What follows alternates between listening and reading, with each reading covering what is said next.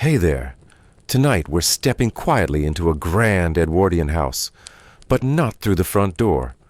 No, we're slipping in through the servants' entrance down the worn stone steps, past a stack of coal buckets and yesterday's potato skins, and into the quiet life of someone most people never noticed. The kind of life that didn't make the history books, not because it wasn't difficult or important or moving, but simply because it didn't wear lace gloves or sit beneath chandeliers. And if you enjoy stories like this, soft, slow, and just a little wistful, where history whispers instead of shouts and where quiet resilience matters just as much as grand revolutions, you're always welcome to subscribe or follow along. Only if you'd like to, of course. No pressure. Now settle in. Pull the blanket a little higher. Let the day's weight melt into the mattress and breathe easy. Because for the next little while, the only thing you need to do is listen. Let's begin. You wake to the sound of nothing. Not even a breeze. Only the weight of darkness pressing gently against your eyelids, and the dry rustle of straw beneath your back. The mattress is thin, too thin to provide real warmth, but it's better than the floor, and the wool blanket pulled up to your chin carries just enough scratch to remind you where you are. It's cold. Not the kind of cold you feel in your fingertips or your toes, but the kind that lives in your lungs. Every breath draws in damp air that smells of wood smoke, old dust, and the faint, sour trace of cabbage. Somewhere near your feet, someone else stirs in her sleep.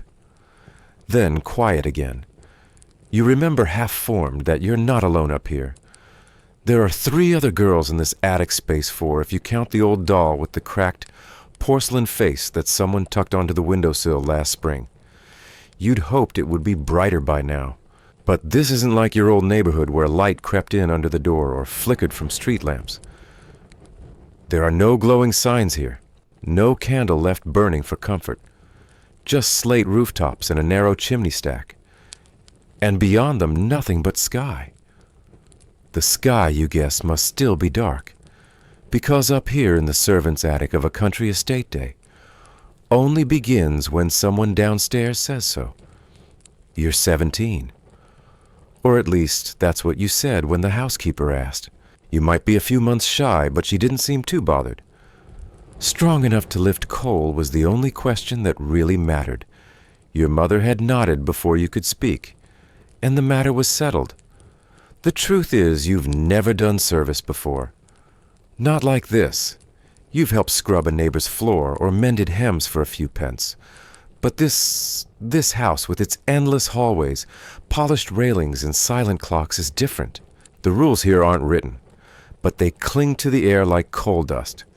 Your job, you've been told, is scullery work. Bottom of the bottom. No embroidery.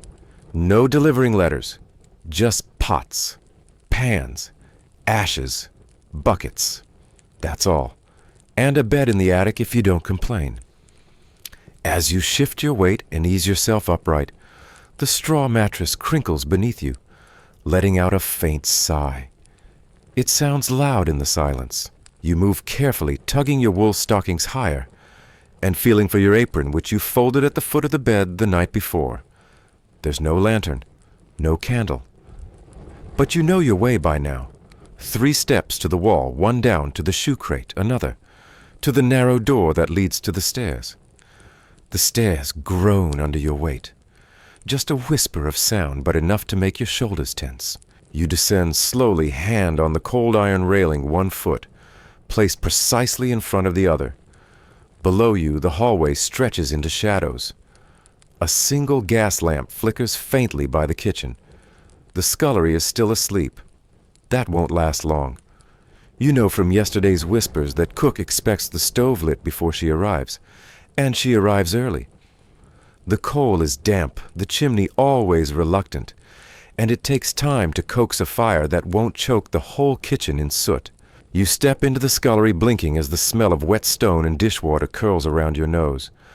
The range sits like a sleeping dragon in the center of the room, cold now, but waiting. Around it counters sprawl with unwashed pans from last night's supper. A cabbage leaf lies curled in a puddle beside the sink. A single potato rests against the wall like it's lost its way. The first task is always the same: light the fire. You crouch in front of the stove, pull back the iron grate, and begin to stack the kindling small bits. First, then larger pieces on top. Fingers numb as you try to strike the match without breaking it. Your hands still carry the scent of lye soap from yesterday, and the skin around your knuckles is cracked from cold water and scrubbing. It takes 3 matches this time. The fire catches at last, with a lazy curl of orange, and you blow gently to feed it, shielding the spark with your palm. In another hour the stove will roar with heat, but for now it's just a whisper. You don't think of yourself as a servant yet. Not quite. You're still too new for that. But the scullery already feels like it belongs to someone else. The worn wooden floor, the row of tin plates stacked like soldiers on the shelf, the smell of damp cloth and boiled carrots, it all seems older than you somehow. Like it's been waiting for someone like you to fill the space. There's something both humbling and terrifying about realizing that this world doesn't need your name. You could vanish tomorrow and the kitchen would go on without you. The steps would still be scrubbed, the potatoes peeled, the kettles filled. It's the kind of place that swallows a person whole, not out of cruelty, but out of rhythm. Historically, scullery maids were at the very bottom of the domestic hierarchy. They worked the longest hours, did the dirtiest jobs, and received the lowest pay. Most were young girls like you, sent off from poor families, hoping to keep one less mouth to feed. By 1901, more than 1.3 million women in Britain worked in domestic service, far more than in factories or shops. Yet for all that labor, their lives remained largely invisible. And here's a quirky tidbit you might appreciate. Scullery maids were sometimes told never to whistle, because it was believed that whistling summoned the devil into the kitchen. That, or it annoyed the cook. Either way, silence was safer. Historians still debate whether domestic service in the Edwardian era offered genuine upward mobility, or simply locked women into a cycle of lifelong obedience. For some, it was a stepping stone to something better, a marriage, a shop job, even emigration. For others, it was where their stories began and ended, written in soap bubbles and brass polish. You hear a distant bell ring from upstairs, the kind that signals it's nearly 6 o'clock. Someone will want hot water soon. You rise, stretch your back with a soft grimace, and reach for the first of the water cans. The day has officially begun. And you've got ash on your apron, a smear of soot on your cheek, and half a dozen steps to climb with a full bucket. It's not glamorous, not even close, but in a strange way it's yours. You carry the weight, carefully climbing slowly, step by worn wooden step. Above you, the house stirs. But below, in the hush of the morning kitchen, something very old is being repeated again quietly, with effort, and without applause. And somewhere along the way, you stop thinking about what you left behind, and start thinking just a little about where this path might lead. There's a particular kind of silence that lives in grand houses. It's not the comfortable hush of a quiet evening at home, nor the peaceful stillness that follows a snowfall. No, this silence is different. It's deliberate, cultivated, expected, and in this house it's your job to keep it alive. You make your way back down the servants' staircase, careful not to let your heels clip the wooden edges. The steps are narrow and steep, the sort that force you to move sideways if you're carrying anything larger than a tray. The banister is smooth with age and polish, and your hand finds it instinctively now, guiding yourself through the dim morning light. Behind you, the walls seem to lean inward slightly, as if they too are listening, waiting, reminding you not to speak unless spoken to. Not that anyone ever does. At the bottom, the corridor is already beginning to warm. The fire you coaxed into life earlier is starting to spread heat through the scullery and into the kitchen beyond. The smell of soot has faded slightly, giving way to something more familiar: tea leaves, damp cloth, and the faint metallic tang of polished copper. You haven't spoken a word yet, not to anyone, not even a whisper. And that you're learning is exactly how it should be. The house has rules. Some are spoken, most are not. But the most important one, the one that hums beneath every footstep and every turned doorknob, is this: silence equals discipline. It's not about shyness. It's not about fear. It's about control, yours and everyone else's. Even now, as you pass the underbutler in the corridor, you lower your eyes and step aside without making a sound. He doesn't acknowledge you. That's normal. If he had, it would have been cause for concern. Either you've done something wrong or he has. The safest conversation is no conversation at all. By 6 o'clock, the first ripple of activity begins upstairs. The bell rings again, this time sharper, insistent. A lady wants her hot water, or perhaps her breakfast tray. It doesn't matter. The meaning behind the bell isn't yours to know, only the duty it demands. You hurry back to the scullery, filling the water can a second time from the kitchen pump. The iron handle resists at first, groaning in protest, but eventually the water rushes out icy clear and endlessly heavy. You haul the can up 2 flights of stairs, breathing through your mouth, trying not to grunt with the effort. When you reach the landing, you pause. You place the can on the floor just beside the doorknob once and step back. The door opens a moment later, and a gloved hand takes the handle. You are not thanked. That too is expected. This is how the house functions, like a grand stage production. Only you're not part of the cast. You're the one moving scenery behind the curtain, adjusting props, sweeping footprints from the boards before the curtain rises. And the best performances, you're told, are the ones where no one ever notices the stagehands at all. There's a strange beauty to the order, though. Everything in its place, every moment accounted for, every silence intentional, and somewhere in all of it you start to feel a rhythm. You're not just doing tasks. You're becoming part of something larger than yourself, a quiet machine that hums beneath velvet and mahogany. At precisely 7 hours, the first official meeting of the day takes place, the servants' muster. You and the other girls gather briefly in the back hall, standing straight, hands clasped, eyes lowered. The housekeeper walks past, slowly, eyes scanning the lineup. She doesn't pause at you today, which is a small victory. No reprimand means you've done your part. You are becoming reliable. After the muster, the real work begins. Boots to be cleaned, 15 pairs today, lined up neatly by the downstairs entrance. You kneel on the stone floor, brushes and blacking tin in hand, and begin to scrub. It's a quiet task, but it requires attention. The polish must be even the seams dust-free and the soles clear of grit. One careless speck of mud tracked into the drawing room could become a scandal, far bigger than it deserves. Historically, Edwardian households operated with an almost militaristic sense of order. Schedules were sacred, roles were rigid, and silence, particularly among lower-ranking staff, was considered both a courtesy and a virtue. In some households, speaking out of turn could mean immediate dismissal. A scullery maid who dared to comment on a guest's hat, or even hum a song too loudly, might find herself packing by sunset. And here's a rather curious detail. Many households employed strict footfall training. Young servants were taught how to walk across different floor types, wood, tile, stone, without making noise. Some practiced on strips of carpet, or bare floorboards with teacups balanced on their heads, all to master the art of moving like a shadow.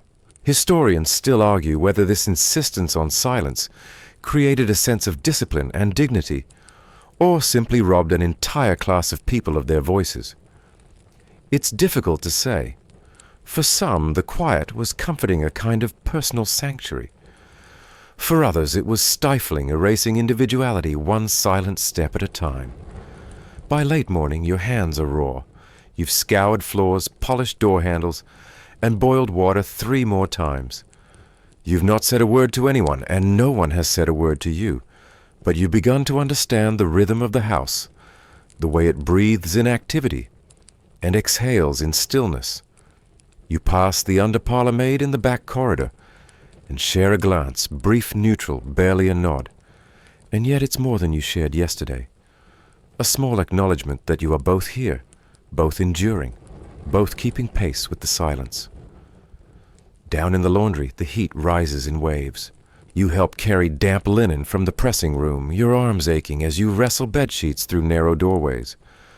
The steam clings to your face, your hair sticking to your forehead. You work quickly, quietly. The iron never cools. The rhythm is constant press, fold, stack, repeat. There are no clocks here, but you've begun to feel time differently. You know the hour by the angle of light in the window, by the smell of lunch preparations in the air, by the change in footsteps above. When the household slows for tea, your pace accelerates. When the bells are silent, the kitchen grows louder. You take pride in not being noticed. You've learned that a perfect day in service is one where no one remembers you were there, because that means nothing went wrong. No spills, no delays, no out-of-place linens or overcooked eggs. Just smooth, invisible perfection. And yet the silence can be heavy. There are moments like now as you scrub a scuff mark from the baseboard behind the main staircase, when your mind drifts to other things. To home, to the sound of your younger brother's laughter, to the way your mother used to sing while sewing. Here even thoughts feel quieter. You've become a quieter version of yourself. Still you carry on, because that's what this life demands. Steadiness, resilience, the ability to move through the world unnoticed, yet indispensable. And for all its silence, there is a strange kind of pride in that. You are part of the house.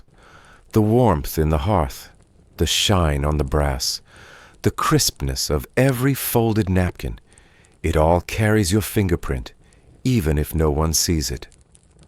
As the afternoon wears on, you retreat briefly to the scullery for a moment of rest, not long, just enough to breathe and stretch your fingers. The sun slants through the high window, casting dusty beams across the flagstone floor. The air smells of starch and soap, and you exhale slowly, letting the silence surround you. It's in this quiet, just for a moment, that you realize something unexpected. You're not entirely afraid anymore. You know the steps now, the rules, the rhythm. You've learned how to exist here, and more than that, you've learned how to belong. The house may never say thank you.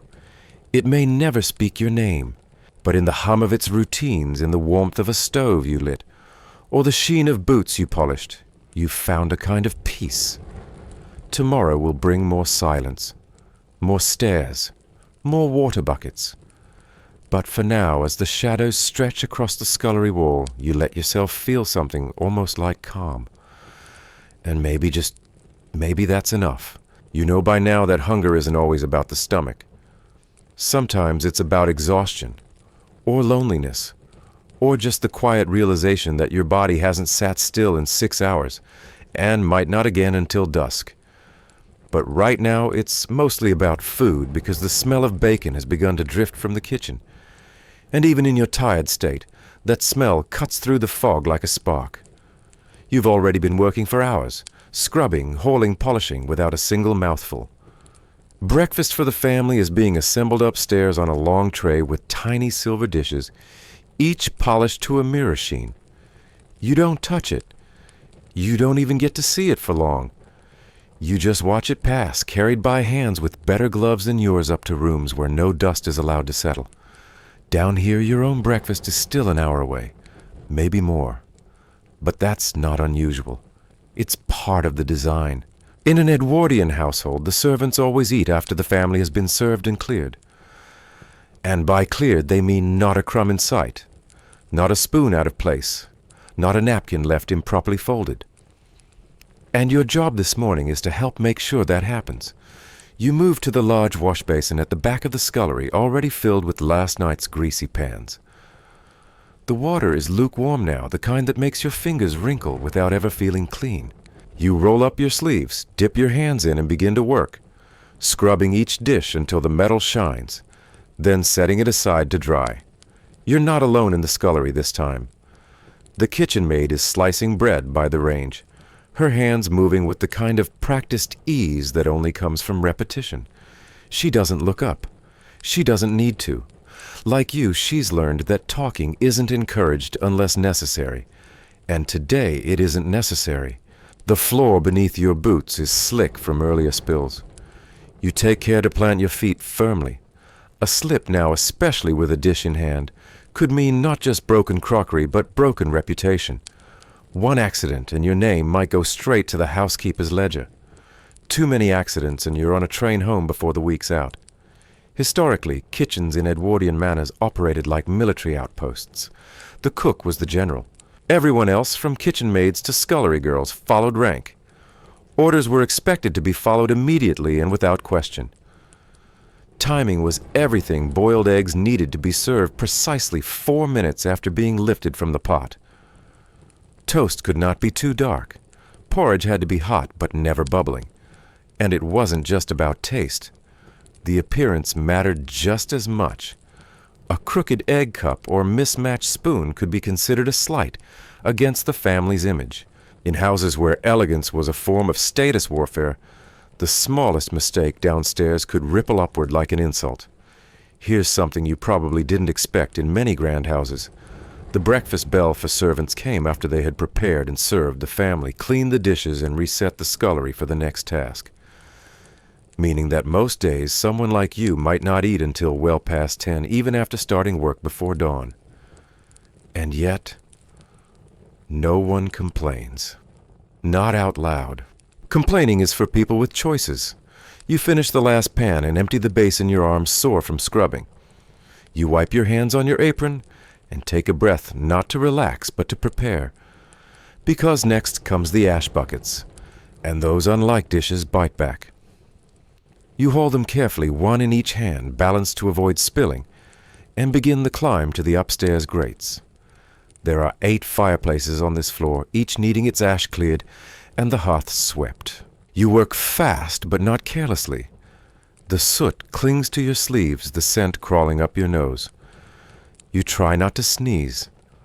A single sneeze could leave a cloud of soot floating into the parlor carpet. As you work, your mind drifts again, this time to something smaller. A thought that presses quietly behind your eyes. How did the lady of the house start her morning? You imagine her sitting in bed, pale sunlight on her face, stretching her arms as her maid draws open the curtains. Maybe she yawns politely. Maybe she doesn't think of the girl who carried her hot water up 3 flights of stairs. Why would she? But the strange thing is you don't resent her, at least not today, because this isn't personal. It's not about justice or envy. It's just structure.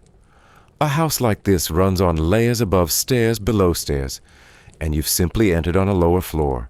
Still, you wonder what it would feel like to be the one waking up to warmth and light, instead of dragging a bucket of soot across a hallway that hasn't seen sunlight in decades. You wonder, but only briefly. Then you move to the next fireplace. Tidbit of the day. In some houses, fireplaces weren't just cleared of ash, they were scented. That's right. After cleaning, servants were instructed to sprinkle herbs like lavender or rosemary into the hearth so the room smelled fresher. Imagine even the ashes of the upper class had to be fragrant. By the time you finish the last grate, your face feels smudged and your shoulders ache. You return to the scullery to rinse off just in time for the servant's bell. Finally, breakfast. The kitchen table is long and narrow, the benches slightly uneven. You sit near the edge, back straight, hands folded, and wait your turn. The food is plain porridge with a bit of milk, if there's any left, and a slice of dry toast. But it's warm, and after the morning you've had it might as well be a feast. No one speaks more than necessary. A few nods. A glance or two. One of the footmen sneezes, and someone passes him a handkerchief without a word. It's not that anyone is unfriendly, it's just that friendliness takes energy, and you all have too little of that to spare.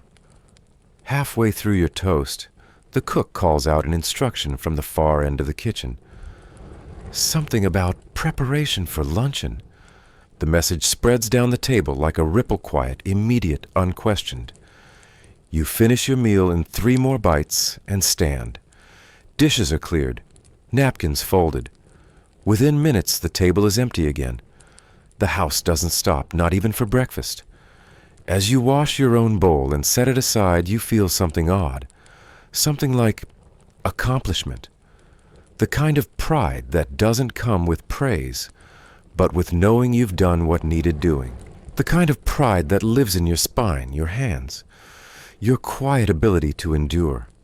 Historians often debate whether domestic service in the Edwardian period offered stability or simply stagnation. Was it better than factory work, which paid more but risked injury?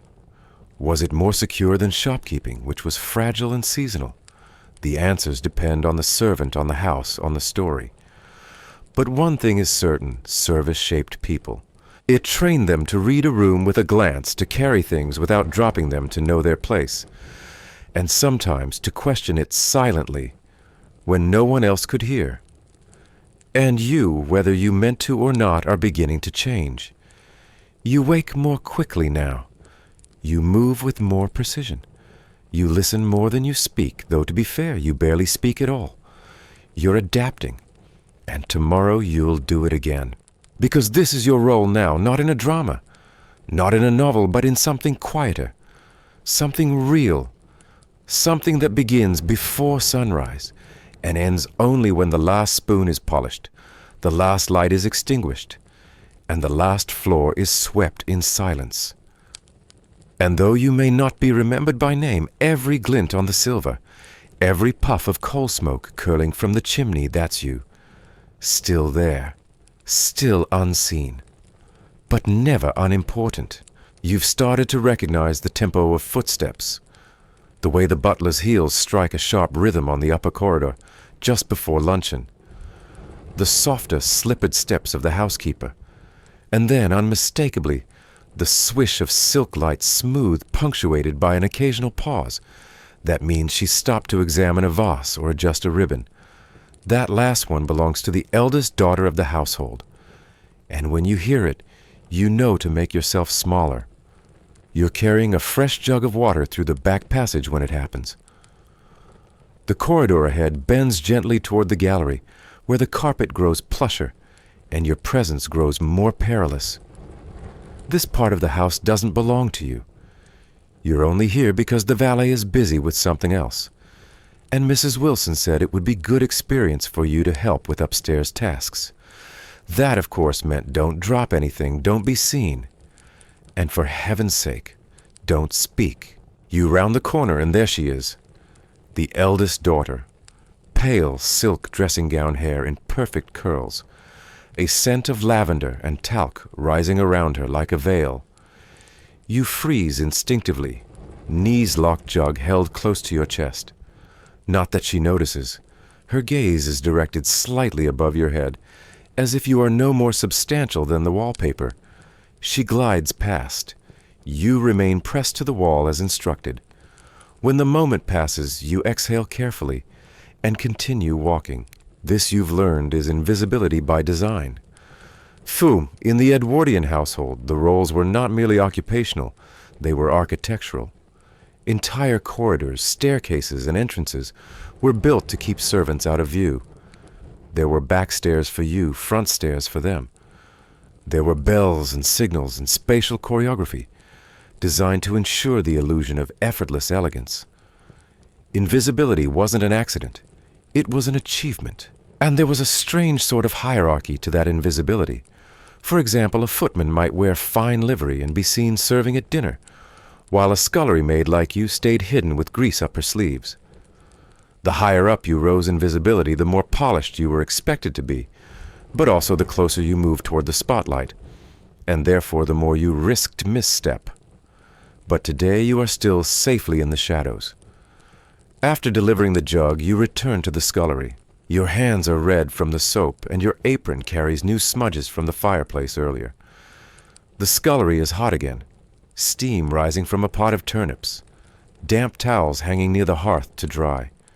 The kettle hisses softly on the stove as though reminding everyone to stay alert. You pick up a cloth and start to polish the brass utensils. Each piece must shine. Each curve must reflect the light like a miniature mirror. You've never seen them used by the family, not really, but you know they matter. Appearances always matter. Not just upstairs, but here too. In one house, this is a tidbit passed down from a former kitchen maid. It was said that the lady of the house could tell if the brass had been cleaned properly by the warmth of its color. Too bright, she once said, and it looks vulgar. Too dull, and it looks poor. Somewhere in the middle lay the exact hue of acceptability. Your job naturally was to find that hue. The midday bell rings from upstairs. Time for tea. Not yours, of course. Yours comes later. This tea is for the ladies of the house, served in fine china, with thin slices of cucumber on crustless bread. You help arrange the tray, delicate sandwiches, raspberry tarts, a pot of Darjeeling, kept warm beneath a floral cozy. Then the parlor maid appears to carry it away. You're not permitted to step into the drawing room unless asked, so you stand cloth still in hand as the tray vanishes up the stairs. What follows is a kind of lull. The hours between 3 and 5 often quiet down, at least for the lower servants. This is the time when the family reads or walks in the garden, or entertains visiting neighbors. For you, it's when you catch up on polishing, reorganize the pantries, or on rare days like today, help prep for the next meal without being barked at every 10 seconds. You return to the side hallway to sweep the servants' entrance. The stone floor is gritty with dried mud and ash from the coal delivery earlier. As you push the broom, you notice something small and out of place. A white petal, delicate and crushed. Probably fallen from one of the fresh flower arrangements upstairs. Somehow it made its way down here. Out of context, it looks almost absurd. You kneel to brush it into the dustpan, and your eye catches your reflection in the brass umbrella stand nearby. You hardly recognize the face. There's a smudge on your cheek. Your hair's slipped loose from its pins. You look older than 17, or maybe just more tired. Still, you smooth your hair, adjust your collar, and carry on. That's what you do here. You keep the house running one invisible task at a time. Historically, this structure, the separation of seen and unseen, was part of what defined the Edwardian elite. A successful household didn't just have fine furniture or good cooks. It had discretion, quiet efficiency, a staff so well-trained and well-hidden that guests could forget people lived downstairs at all. And yet, despite all efforts, moments like today, moments where a scullery maid and a lady of the house pass within inches, did happen. And when they did, it wasn't just an awkward encounter. It was a brief collision between worlds that weren't meant to overlap. Historians still argue whether such brief encounters, those quiet moments on stair landings or at mirrored hallways, ever made a difference. Did they soften prejudice? Did they humanize the help? Or were they simply swallowed up by routine and hierarchy, forgotten by the next bell you don't know? But you do know that for one moment her perfume stayed with you longer than her gaze. That you, a girl scrubbing coal dust from the baseboards, wore the scent of lavender for just a second. And that memory, odd, delicate, fleeting, somehow matters. You return to the kitchen just as the cook begins preparing dinner. The smell of roasting meat fills the air, rich and savory, and you feel your stomach twitch. It's too soon to eat again. That'll come after service. For now, you set the table for the staff's evening meal, laying out spoons, mugs, and a cloth so faded you can barely make out the original color. No one notices that the table is clean, but everyone would notice if it weren't. That's how you measure success here, not by praise, but by absence of reprimand. Later, after dinner is cleared, and the servants have eaten in silence, you take a moment to sit in the corner of the scullery feet, tucked beneath you, back resting against the stone wall. The fire is still burning gently, casting flickers of orange across the tiles. You're not alone, others are cleaning, preparing, finishing, but no one speaks. You think about tomorrow, and the next day, and whether you'll always feel this quiet. And then you remind yourself this silence isn't emptiness. It's a kind of strength, a rhythm. a way of moving through the world that others don't see, but that holds everything in place. You pull your shawl tighter. A log crackles in the hearth. And as night closes in outside, you let your thoughts drift not toward escape, but towards something more manageable. A hope that somewhere in this house, even if only for a second, your presence was felt. Not as a voice, not as a name, but as a trace of lavender floating faintly behind. The kitchen is beginning to settle. The pace has slowed just enough to feel the day shifting into something heavier, quieter but not quite done. There's still dinner to be cleared, floors to be swept, coals to be banked. But before that, there is the evening meal for the staff, laid out simply and served with no fanfare. It arrives after the family has finished as always, and the silence it brings is not from ceremony, but fatigue. You sit at the end of the long, narrow servants' table, always the end, not by choice but by position. Everyone has their place here, etched not in marble or brass, but in glances and expectation. The butler sits at the head, the housekeeper opposite him. The footmen and maids fall in line according to rank. You scullery maid, junior invisible, are crammed into the corner, close to the wall, too far from the hearth to feel its warmth. The food is plain but welcome. A thick stew, mostly root vegetables, ladled into chipped bowls. There's bread somewhat stale, and if you're lucky, a dab of butter. You eat slowly, not out of ceremony, but caution. Too fast, and someone might take it as greed. Too slow, and you risk missing the second ladle if there is one. No one speaks much. Conversation among the lower staff is allowed in theory, but not encouraged. The space feels like it's borrowed from time, borrowed from permission, and so everyone uses it carefully. A murmur here, a nod there. Mostly it's just the sound of spoons scraping ceramic. You glance up briefly and see the butler lift his glass of water, eyes scanning the table. Not with malice, just assessment. The way a steward of order might scan a roster. You lower your gaze again, hands folded on your lap, once the bread is gone. This meal may be humble, but it is highly ritualized. In Edwardian service, the servants' hall was a curious echo of the drawing room upstairs. Seating was assigned table manners were expected, and infractions, slouching, speaking out of turn, reaching too far were noted. You could lose your half-day off over a poorly folded napkin. That sense of order extended beyond the table. Everything about your life in this house is governed by unspoken rules: when to wake, where to walk, which staircase to use, even how to stand. Straight back arms behind or at the sides. Feet together, your body becomes not just a worker, but a piece of the structure. It's strange to think that upstairs, only a few meters above your head, the family is likely having their own evening meal surrounded by candles and porcelain sipping wine, and murmuring about politics or opera. Their dining table is long and gleaming polished each morning. The china changes with the seasons. You know because you've helped clean the cabinets where it's stored. The contrast is staggering. Here in the servants' hall, no candles are lit.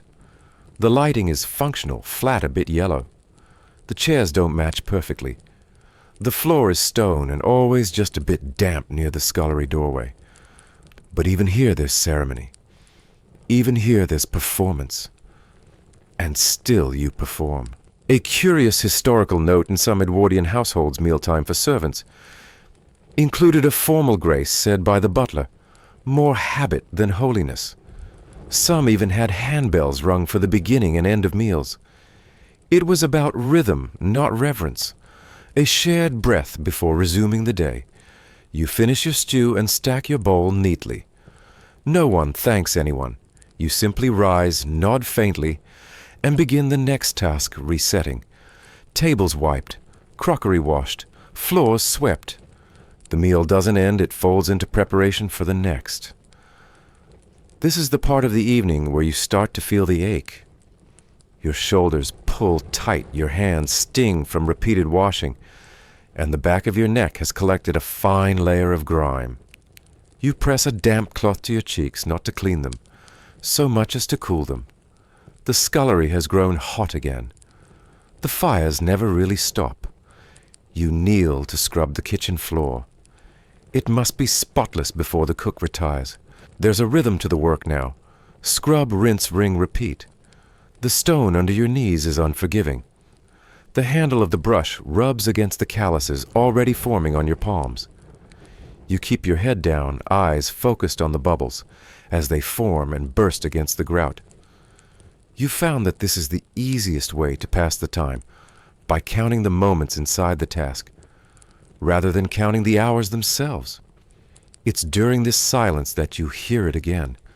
The steps, softer than boots, lighter than the housekeeper's stride, the swish of skirts, a faint perfume, that same lavender you've begun to associate with someone who barely knows you exist. You don't look up. You know better now. Eyes down posture, respectful body turned slightly to the side. You hear her pass, perhaps on her way to the music room or the library. The eldest daughter. A figure made of silk and shadows. And then something odd, she slows. Just slightly. Not enough to make a scene. Not enough for anyone to notice except you. You hear her pause just beyond your shoulder, perhaps observing your work, perhaps not. A second later, her steps resume. She continues on. But for that brief moment you existed. Not as a nuisance. Not even as a helper. Just as a person. Historians still argue whether moments like that, these invisible crossings between servant and master, carried any weight. Did they plant seeds of empathy? Or did they vanish like candle smoke, forgotten before the next step? Some believe that the very structure of domestic service made real human connection nearly impossible. Others insist that in those fleeting glances, true recognition could occur even if it had no voice.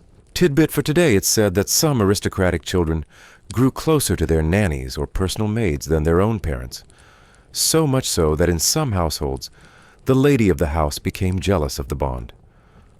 A few even dismissed trusted staff, out of fear that affection was growing too strong.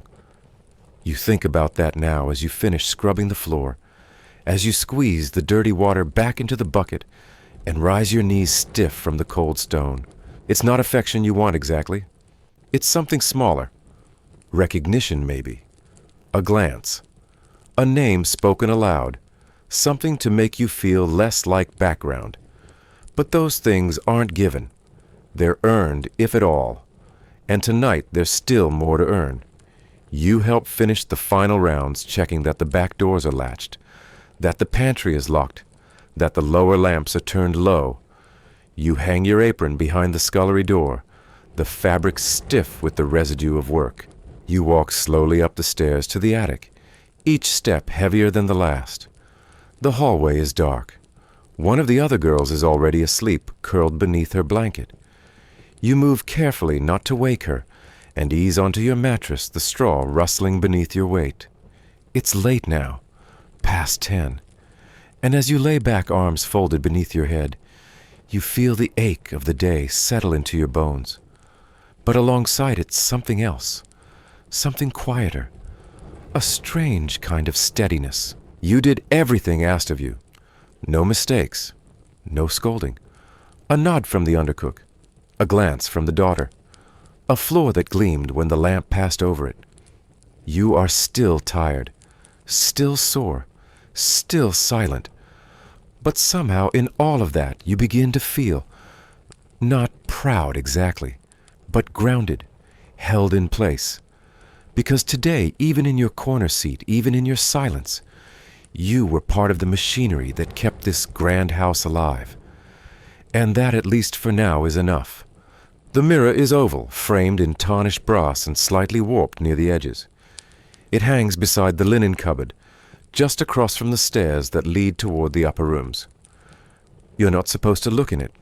Not really. It's there for the lady's maid, not for someone like you. But this morning, as you pass with a stack of folded towels pressed to your chest, you catch a glimpse, and for a moment, everything stills. The face looking back is yours, of course, but also not quite. There's soot on your cheekbone, a faint smudge of flour near your nose from this morning's bread preparation. Your hair has come loose again, and the curls have frayed into a halo of static. But your eyes, they're focused, tired, and very much awake. You haven't looked at yourself in 2 days, possibly more, long enough that the reflection feels unfamiliar. It's the briefest glance. A blink, really. Then you move on because you have to. The linen must be delivered to the dressing room by 7:30 sharp, and you're already 5 minutes behind. You make your way quickly down the corridor, nodding silently at the housemaid who passes without looking up. Another day has begun, but something about that glance into the mirror stays with you. A flicker of recognition, of self, of being even for a moment more than a pair of hands or a set of tasks. By now the rhythms of the house have become familiar, the sound of the morning bells, the soft thud of boots across the kitchen tiles, the snap of ironed sheets and the creak of baskets wheeled down narrow hallways. You move through it all like a thread through fabric, quiet, consistent, binding it all together without ever being seen. Your duties today take you further upstairs. Not to the family's rooms directly, you're not senior enough for that, but to the dressing rooms and hallways that border them. You lay out clean towels, restock the water pitchers, and polish the handles of the wardrobes so they gleam beneath the morning light.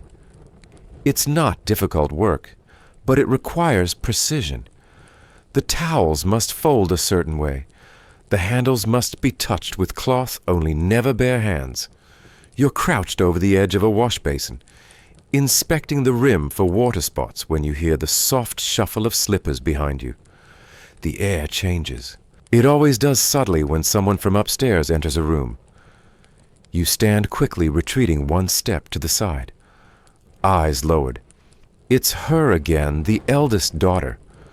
Her hair is pulled back in an elegant twist, her dressing gown embroidered with tiny pale roses. She looks rested, composed, and then strangely she stops, just for a moment. You don't look directly at her, of course, but you feel it, that pause, that split second where time narrows, where you're not simply air and movement, but something more. A presence, not an equal, certainly, but perhaps a person. She reaches for a hair ribbon on the table near you. Her fingers brush past the folded towels, and in the mirror, that same mirror you glimpsed yourself in earlier, you see her eyes flick to yours. Not coldly, not curiously, just acknowledging. Then she turns and leaves. The room is quiet again, save for the distant clink of china being prepared for breakfast downstairs. You exhale, your chest tightening from holding the breath you didn't realize you'd been keeping, and you look again briefly into the mirror. The reflection has not changed, but the moment has. Historically, such interactions were rare, but not unheard of. In some households, ladies formed quiet, wordless bonds with their personal maids, or the staff they saw regularly. It was often an unspoken dynamic. A shared glance, a moment of grace, a hand paused just a beat too long on a folded shawl. But these were the exceptions, not the rule. What historians still debate is whether such encounters meant anything in the larger picture. Did they signify a crumbling of class walls, or simply the humanity that occasionally slipped through the cracks? Some argue that these brief moments of recognition helped ease the burden of rigid hierarchy. Others believe they were little more than illusions, emotional misfires in a system too entrenched to change. Your task completed, you head back downstairs. You pass the butler along the main servants' corridor, and he nods at you. A real nod. Not curt, not dismissive, not warm exactly, but deliberate. Another trace of something shifting. You return to the scullery to fetch fresh polish for the doorknobs. It's your turn today. There are dozens, and they must all be wiped before noon. Brass darkens quickly in the damp air, and if a guest sees a spot, it reflects poorly on everyone. Even the door handles are expected to gleam with understated dignity. As you polish, you begin to recognize the marks left by others. the faint fingerprint of the parlour-maid on the east door, the smudge of boot polish near the laundry entrance from a footman who leaned too close, even the small, crooked twist of a knob that never quite sits straight. The house breathes with these details, tiny, invisible signatures of lives moving through spaces they do not own. And here's something oddly specific in some Edwardian homes. Maids were required to polish doorknobs, not just for cleanliness, but to guide the hand. A well-shined knob was said to direct the fingers more elegantly, making the motion of opening a door appear smoother. Even invisible gestures were choreographed. Later that day you returned to the hallway near the mirror. You're delivering clean linens again, this time accompanied by a new kitchen maid who's only been in the house 2 weeks. She lingers, glancing at the mirror as you pass. You're not supposed to look in it. She mutters under her breath. You don't respond. Not out of rudeness, but because there's nothing to explain. Not yet. That night after supper, the scullery is warm again, and the smell of coal and boiled potatoes hangs in the air. You sit for a moment on the stool near the stove, letting the warmth sink into your spine. The mirror moment replays again in your mind, not because it was grand, but because it was rare. Recognition in this house is a subtle thing. No one claps for clean silver. No one applauds a polished knob. But now and then a look lingers. A nod is offered. A pause is granted.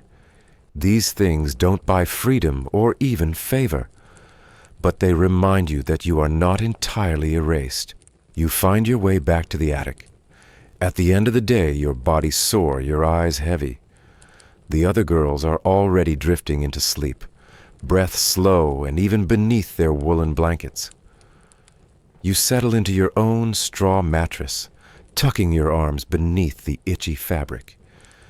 And as you close your eyes, you remember the mirror, not because it showed you beauty or hope or possibility, but because it showed you presence. A moment where for once someone saw you. And you saw yourself. Tomorrow the house will resume its rhythms. The silence will return. The bells will ring.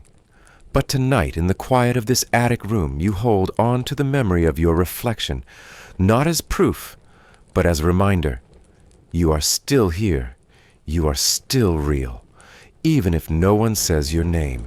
You're crouched near the base of the hearth, scrubbing soot from the brickwork, with a worn cloth and a pail of cloudy water.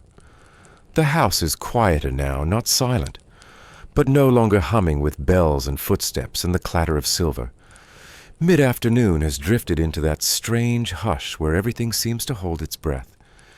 It's in this lull somewhere between the last tea tray and the earliest supper pans that the letter comes. You don't see it right away. It's one of the other maids who brings it, the one they all call Annie from Norfolk, though you've never asked whether she's truly from there. She carries it tucked into the cuff of her sleeve, barely daring to hold it in the open. Paper is a fragile luxury in this house, best left to those with the leisure to waste it. She hands it to you without a word, slipping it beneath the rag you've draped over your arm. Her eyes flick toward the door. No one sees. No one needs to. You take it up to the attic. You don't read it immediately. Not because you're too tired or too wary, but because the act of waiting feels sacred. You tuck it beneath your pillow scrub. Your hands help peel potatoes, fetch clean petticoats, and set the kitchen clock with the others. Only when the day bends toward dusk do you slip back upstairs and unfold it beneath the slanted ceiling light. It's from your sister. Her handwriting is looped and a little slanted, the ink slightly faded where the nib has scratched too hard. She tells you the cow is sick again, that the fields are too wet for turnips this year. She says your youngest brother is still refusing to go to chapel, and your father says it's just as well. But mostly she tells you that she misses you, and that the cottage has grown too quiet without your voice. You read it twice then again. You fold it, unfold it, press it to your chest. For a moment you're no longer the girl who polishes doorknobs and avoids the upstairs mirror. You are Clara from the village near the bridge, who once stole apples from the neighbor's cart, and danced barefoot in the grass during Whitsun. This house has made you forget things. The feel of dirt under your nails, the scent of your mother's bread before it burned, the way the air smelled after rain when you ran across the fields toward the beck. You hadn't realized how much of yourself had been folded away like linen, waiting to be remembered. Historically, many Edwardian servants were drawn from rural families. Girls as young as 12 or 13, sent to larger homes to earn wages and send money back. Letters, though infrequent, were lifelines. Some households restricted correspondence. Others, more lenient, permitted 1 letter per week. Either way, it was one of the few links a servant had to a world that still contained their name. There's a long-standing scholarly debate about whether these letters helped alleviate the psychological toll of service, or simply highlighted what had been lost. Some historians argue that the act of writing reinforced identity and connection. Others point out that letters were often censored or read aloud by overseers, making them less a form of intimacy than a performance. Your letter is tucked beneath your blanket now. You've folded it 4 times and slid it inside a scrap of muslin so it won't crease. Later you'll slip it into the seam of the mattress, the place you've hollowed out with a spoon for safekeeping. No one looks there. Not even the housekeeper. You lie awake a little longer than usual that night. The sounds of the house stretch long and low footsteps, above the occasional creak of hot pipes, a gust of wind batting the dormer. You trace the edges of the letter in your mind, remembering the shape of each word, the curl of each sentence. It feels like holding a hand you thought you'd lost. In the morning, the world is much the same. The scullery smells of soap and ash. The floor is cold under your feet. You slip into your apron, tuck your hair beneath your cap, and descend the narrow staircase that connects your world to the one below. But something inside you is lighter. Not joyful exactly, but tethered again. As if your name has been returned to you, if only for a while. Later that day, you return to the kitchen, just in time to hear cook scolding one of the younger girls for burning the sauce. You step in quietly, fetch the vinegar, and help stir until the sharpness softens. There's no thanks, there rarely is. But she doesn't bark at you to get out of her way either. And that in its own quiet fashion is acknowledgement. Tidbit of the day, some Edwardian kitchens employed kitchen boys or tweenies, young children whose job it was to run errands between departments, fetch water and clean minor spills. They were the invisible glue between the more visible roles, often working 16-hour days for a fraction of a shilling. In wealthier households, a single child servant might have been responsible for the cat's meals or the silver's polish, depending on the mood of the butler. You think of that sometimes, how narrow the ladder is, how many steps it takes to move from scrubbing pans to serving tea, how every rung seems carved from someone else's patience or someone else's mistake. The afternoon wears on. You spend part of it helping set up the drawing room for visitors. Not guests, real visitors from London with expensive hats and the scent of money on their gloves. You polish the piano keys, fluff the cushions, and light a small fire that will smoke for 20 minutes before it settles into a proper burn. You watch them from the corridor, just briefly. A flicker of laughter, the crinkle of lace. Someone spills a bit of champagne, and a maid rushes in to dab at the rug with soda water and vinegar. You know that routine. You've done it yourself. But today you're just passing through. Later, when you return to the kitchen, one of the other maids presses a soft smile toward you. "Letter from home," she says gently, not as a question. You nod. It's the only answer you can give. In the stillness of the laundry room, as you fold freshly dried linen into crisp squares, you hum something low and slow, a lullaby your mother used to sing. It sounds out of place here, beneath the hiss of steam and the scent of starch. But you hum it anyway, because sometimes the smallest things carry the greatest weight. A melody, a sentence, a glance, a moment of softness in a place that rarely allows for it. And so, as the sun sets behind the frosted windows, and the chimney smoke curls above the rooftops, you press your palm to your apron and think not of tomorrow's schedule or tonight's supper trays, but of home, of fields, of names that still remember you. And maybe, just maybe, you'll write back. The frost has returned. You feel it in the floorboards when you swing your legs down in the early morning, cold enough to make your toes curl against the worn planks. It's the kind of cold that slides into your sleeves before you've finished lacing your boots, the kind that clings to your breath as you pull your shawl tighter across your chest. But this morning, something is different. There's a letter on the small wooden stool near your bed. It's not from your sister. The handwriting is more careful, the paper finer. Your name, Clara, is written in dark ink, with a curl at the end as though the writer had time to think about how your name would land on the page. You open it with cautious fingers, careful not to tear the fold, and inside, tucked neatly between pleasantries and formal phrases, is an offer. A woman in the household you've never met.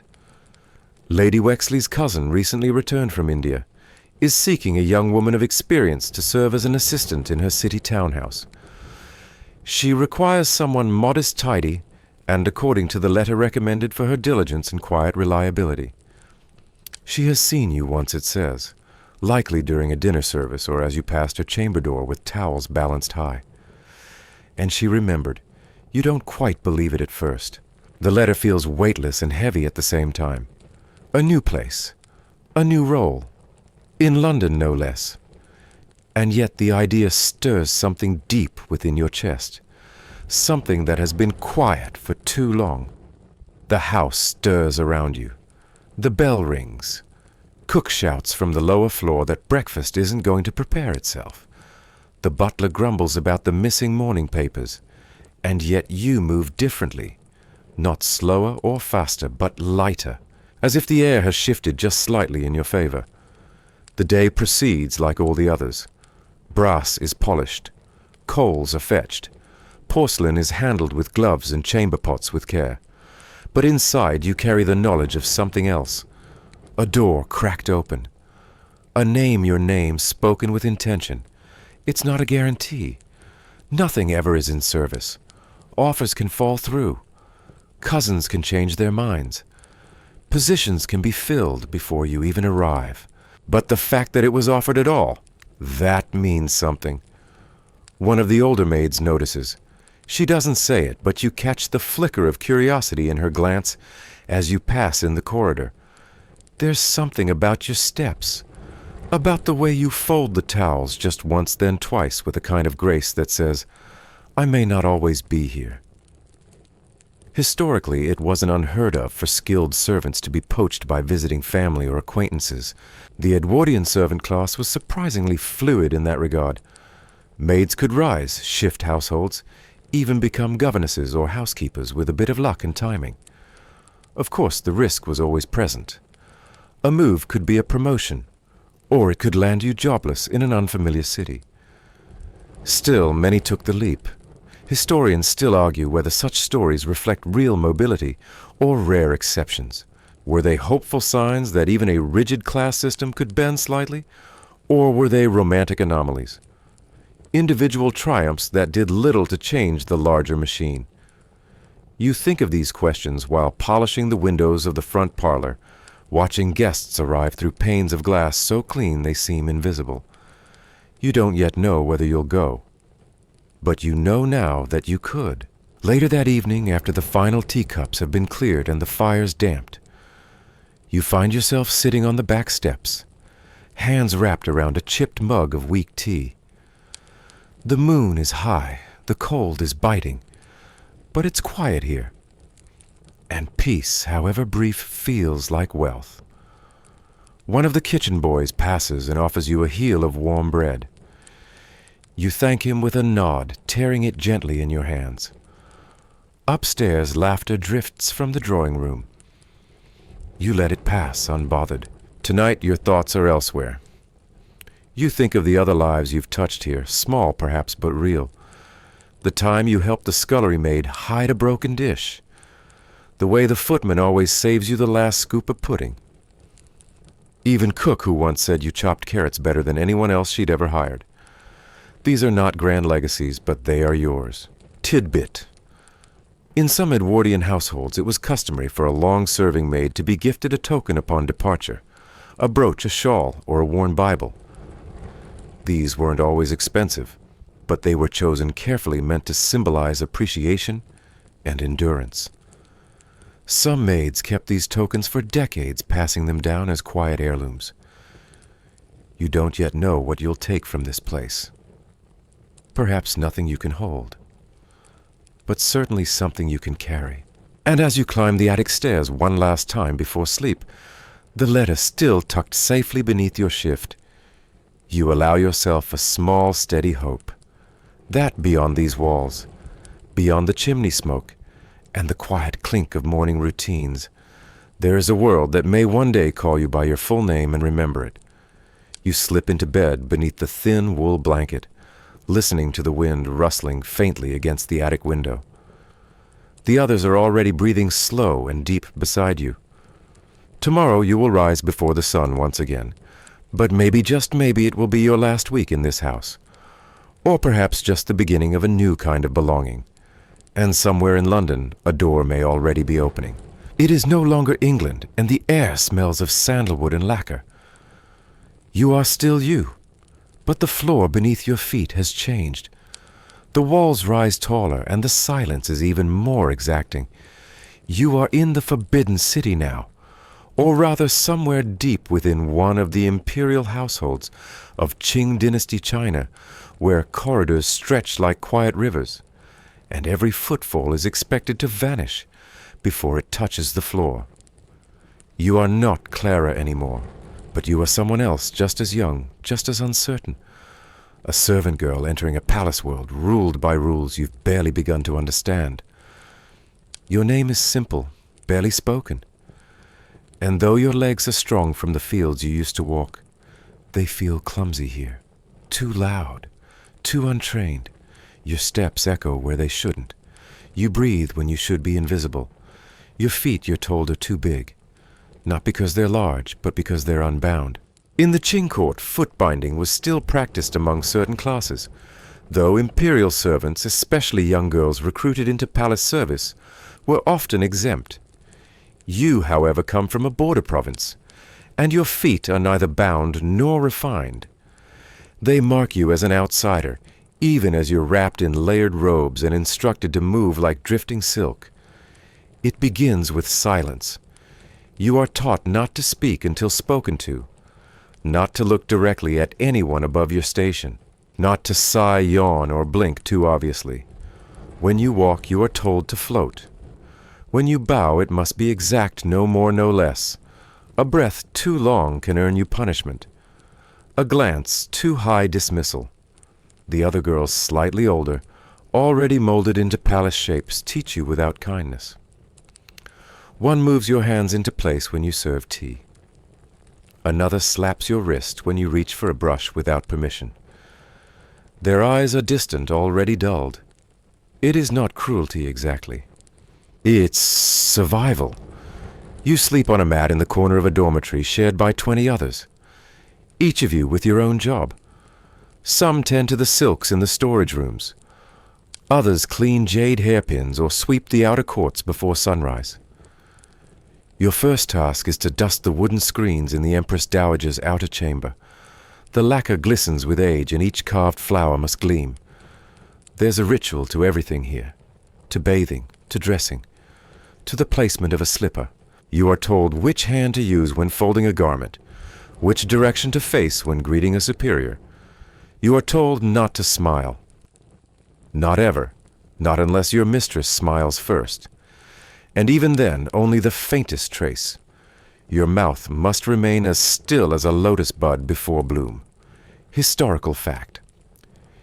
In Qing Dynasty, China palace maids called gong nu were often recruited as children, especially from rural or poorer regions.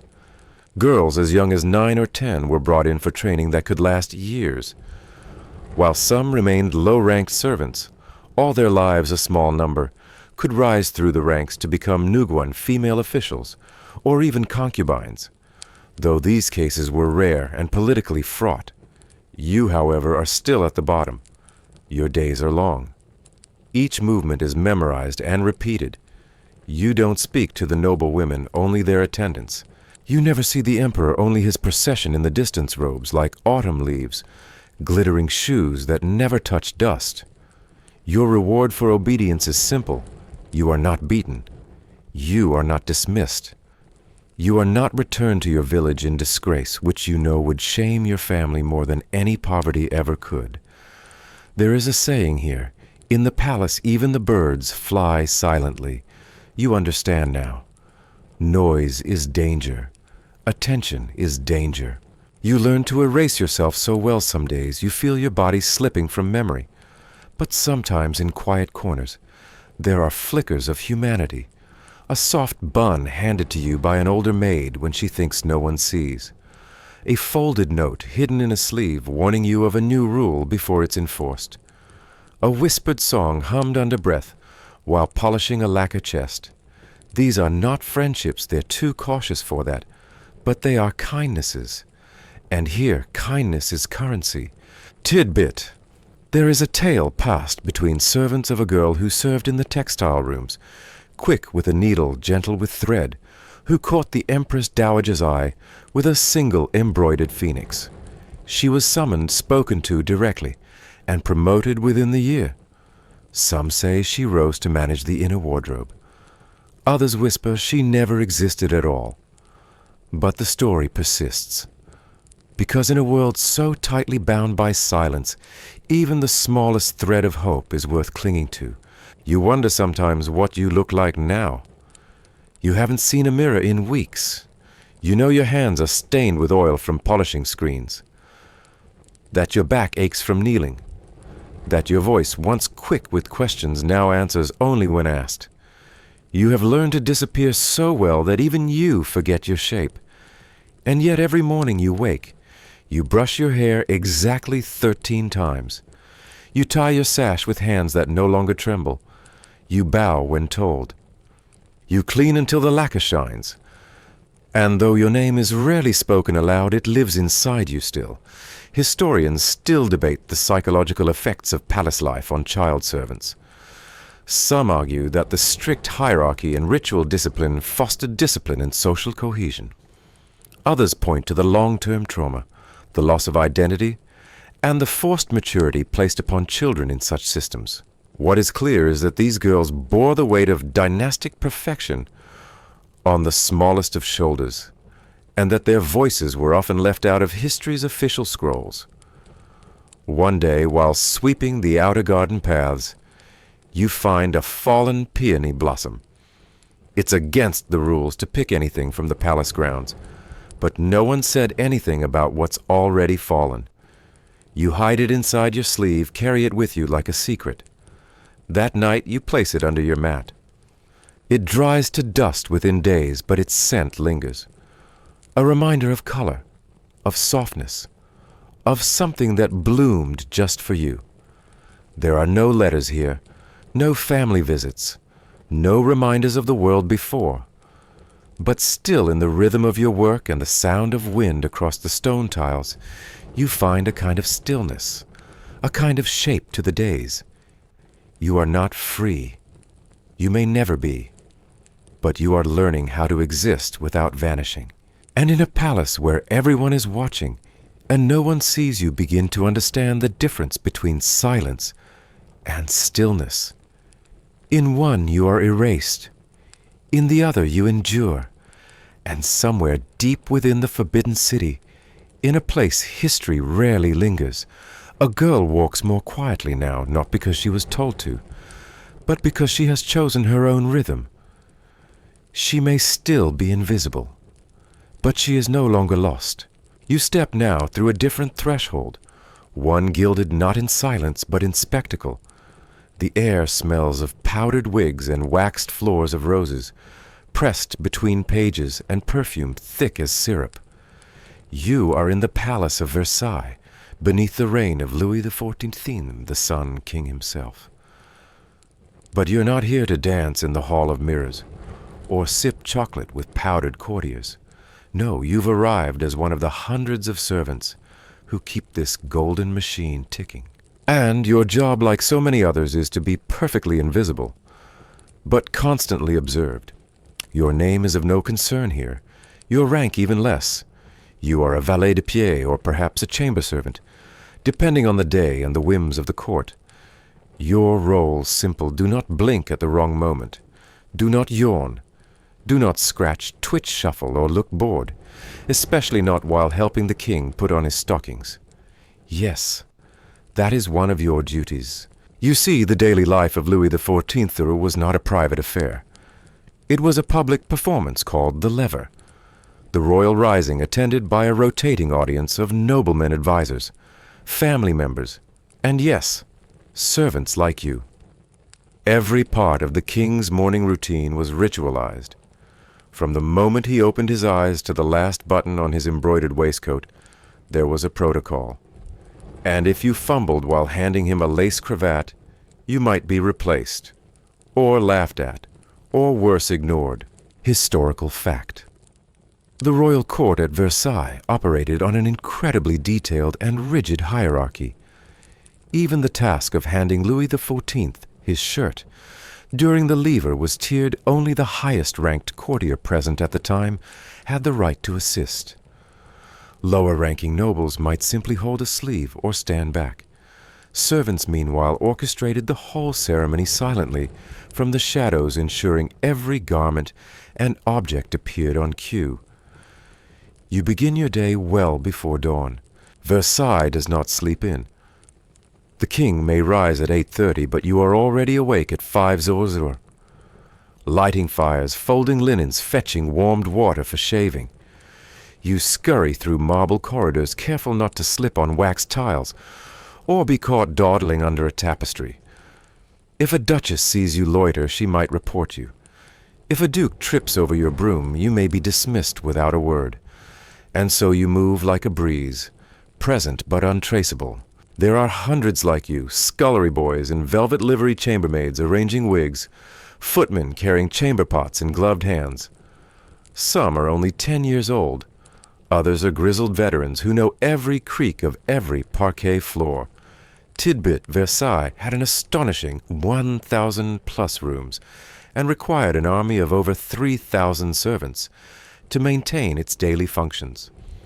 Many of them lived in attic garrets or nearby villages, commuting to the palace each day, because plumbing was primitive and chamber pots were common. One entire class of servants, known as porteurs de chaises percées, were tasked solely with emptying portable toilets across the estate. You learn quickly that rank is everything here, not just among the nobles, but among the servants too. A valet de chambre is superior to a garçon de cuisine.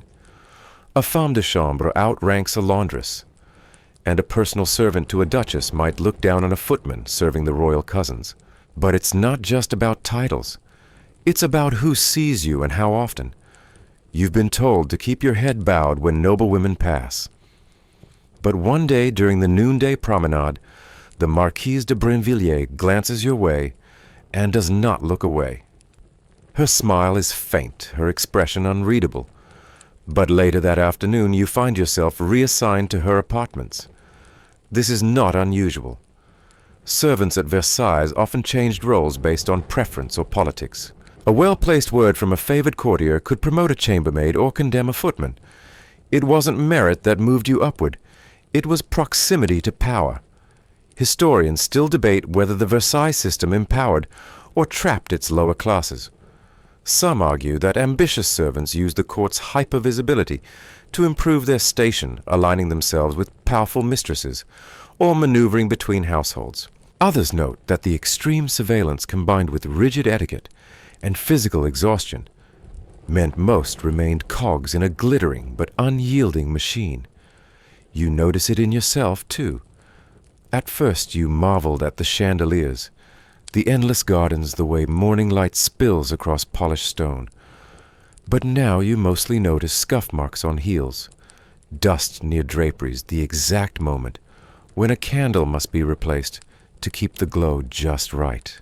You no longer look up at the painted ceilings. You listen instead for the changing rhythms of bells and footsteps. The royal supper is its own ordeal. You are assigned to the background standing along the walls, ready to assist with clearing dishes. Not that you'll be asked directly. A lifted eyebrow, a cough, a flick of a jeweled hand. Those are your commands. You obey without hesitation. You sleep in the attic, sharing the garret with 6 others. The beds are narrow, the air stale. Mice scurry near the eaves. In summer it is unbearable. In winter you sleep with your coat on. But still you are here, at Versailles. And that, as every servant knows, is worth enduring. One evening you overhear a group of nobles discussing poetry. They debate Voltaire's wit, scoff at Rousseau's latest pamphlet. You do not join in, of course. But later in the darkness of your garret, you whisper the names to yourself. Voltaire, Rousseau. You do not know their writings, but you write them down in charcoal on a scrap of linen. One day you might read them. There is a strange kind of education at Versailles, not from books, but from observation. You learn how to interpret tone, to read a room, to understand power without it being explained. It is an apprenticeship in invisibility, but also in subtlety. You see the cracks, too. A countess crying in the garden. A nobleman slipping coins to a footman with a warning glance. The queen herself so splendid, so untouchable, pausing just once to fix her own glove when no one else noticed. These moments are not in the paintings. But you witness them, you carry them, and one day perhaps you will carry them elsewhere. You've heard rumors of servants who left Versailles and opened shops in Paris, who used what they learned to become tutors, dressmakers, even playwrights. The court teaches you how to behave, but sometimes it also teaches you what to reject. You do not yet know which kind of servant you'll be. One who stays or one who steps into the world beyond the golden gates. But for now you smooth the coverlet in the Duchess's chamber. Adjust the candlelight and bow just so, your back straight, your eyes lowered, and outside the window beyond the fountains and sculptures beyond the groves, where powdered nobility stroll in choreographed delight, there is a moon rising. It touches the rooftops, the stables, the humble garret where you will sleep. And in that moonlight, perhaps a sliver of your own story begins to shine. The palace walls have faded now, replaced by clean angles and soft tatami mats. The hush of Versailles is still in your bones, but this new silence is different, deeper, older, more deliberate. You've stepped into the world of Edo period Japan and service. Here is not gilded with spectacle, but sculpted with ritual. Every bow is a breath. Every task a meditation. You are once again a servant, but here your greatest offering is your stillness. You are a young woman 17 as ever, and you have entered the home of a mid-ranking daimyo, a feudal lord whose estate sits nestled on the edge of Edo's structured sprawl. The house itself is minimalist. Shoji screens, lacquered beams, calligraphy scrolls arranged with intentional asymmetry. It is quiet, reverent, balanced. And your presence must blend into that balance like a brushstroke into ink. You're here to serve tea. Not just pour it, but to serve it in the fullest, most sacred sense of the word. Your mornings begin before the rooster. You sweep the stone path to the tea-house rake, the gravel into precise lines, and dust the tatami mats until they seem to breathe. You fold your hands when you move. You step with the outside edge of your foot first, quietly, gracefully, deliberately. Historical fact. During the Edo period, 1603-1868, the ritual of tea preparation known as chanoyu was not simply a casual drink, but a deeply philosophical and aesthetic practice. Servants involved in the ceremony underwent years of training, particularly if they worked in the residences of daimyo or court nobles. Women were often assigned roles in preparing the tea room, arranging utensils, or even serving tea if their station allowed. You are not yet permitted to make the tea. That honor belongs to the master of ceremony. But you observe, you memorize. The angle of the whisk, the temperature of the water, the exact rhythm of folding the silk cloth used to wipe the rim of the bowl. And one day you are asked to carry in the bowl. Your hands do not shake, not outwardly, but inside you are a ripple across still water. You kneel without sound. You bow. You slide the bowl forward exactly 3 inches, then back again. You retreat like a shadow. The master does not nod. He does not speak, but he does not correct you either. It is the closest thing to applause you will ever receive. Tidbit. In some households, young women training in service for tea ceremony were taught to time their breathing with the rhythm of falling incense ash. If the incense fell every 7 minutes, their motions had to remain in harmony with that pacing. Each action slow, precise, intentional. The scent itself was part of the ritual: cedarwood for clarity, sandalwood for serenity. You do not speak during your duties. No one does. Even among the other servants, conversation is minimal. Instead, everything is communicated through posture, glance, and breath. You learn to listen with your skin, the way the floor creaks slightly when the mistress approaches, the subtle difference between one guest's slipper and another's. You learn the hierarchy of seating the symbolism in flower arrangements, the correct way to light a candle, so the flame does not flicker. Each of these things is its own language. You do not miss chatter. You do not even miss music. There is music in the clink of porcelain, in the soft whoosh of sliding doors. You find peace in this rhythm, in the fact that nothing is rushed and nothing is wasted. But the peace is not without pressure. Mistakes are not tolerated. A spill, a cough, an awkward bow all mark you as untrained, disrespectful, unsuitable. You have seen girls dismissed for a single misstep, a misaligned ladle, a smudged scroll, a clumsy footprint across the polished hall. And so you practice endlessly. You polish lacquer boxes until your reflection stares back in them. You brush the tatami in straight, even strokes, never doubling back. You light incense and track its descent to the grain. You are still 17. But here youth is not an excuse, only a starting point. Historians still argue whether this structured silence granted these women dignity or denied them freedom. Some scholars believe the servant class in Edo Japan found a sense of spiritual balance within the strict confines of their role, especially in rituals like chanoyu, which elevated even simple movements to acts of art. Others point out that the same structure left little room for personal expression, and that women especially were expected to efface themselves entirely in service of harmony. And yet there are moments when you feel something like pride. Not boastful, just steady, like standing in the still center of a storm. You recall one evening when the master of the house entertained a visiting scholar. The wind rustled the paper doors and a branch tapped lightly against the frame. You brought in tea, your steps soundless. The scholar did not look at you directly, but his eyes lingered a moment longer than they had to. Not in impropriety, but in quiet recognition. Later you overheard him say, "Even the servants' steps were in tune with the rain." You wrote it down. In your mind. You never spoke of it, but you carry it still. At night you sleep in a side room near the kitchen. It is warmer than some places you've lived. A thin futon, a folded robe, a view of the moon if the screen is left ajar. You sometimes recite your duties in your head like a poem. Sweep, bow, fold, breathe. It soothes you.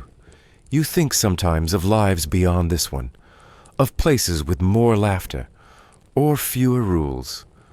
But then you remember how your sister wept when she left the village, how your brother's hands bled from the fields, and you know that in a way your silence has given you more than their voices ever did.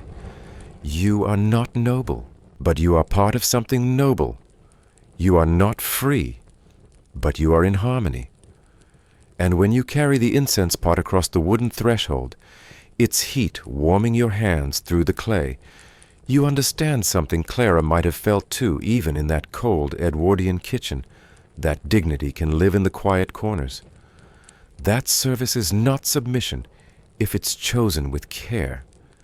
That even without applause, your presence can be art. And so the wind rustles the paper doors once more, and you bow to the morning light. And now the hush of Edo gives way to the warm perfume of distant lands. You find yourself walking across tiled corridors and velvet rugs, yet barefoot, always barefoot. The hush is different here, scented with rose water and oud. This is the Ottoman Empire. And your silence is no longer about stillness, it's about watching, listening, waiting. You are in the imperial harem, not the fantasy conjured by foreign paintings or romantic tales, but the real harem of the Topkapi Palace in the 17th century. A world of strict hierarchy, intricate rules, and invisible power. You are not a wife. You are not even a concubine. You are a servant, one of many young women trained in the fine art of remaining silent while knowing everything. You are 17 again, old enough to perform every duty with grace, young enough to be molded into whatever shape the hierarchy demands. You were brought here from Circassia, or perhaps Albania, Georgia, or Greece, sold or gifted to the empire as tribute. No one asked you if you wanted this life. But now that you're here, your only path forward is mastery. Historical fact. The Topkapi Palace housed an elaborate network of female servants, many of whom were eunuchs and enslaved women.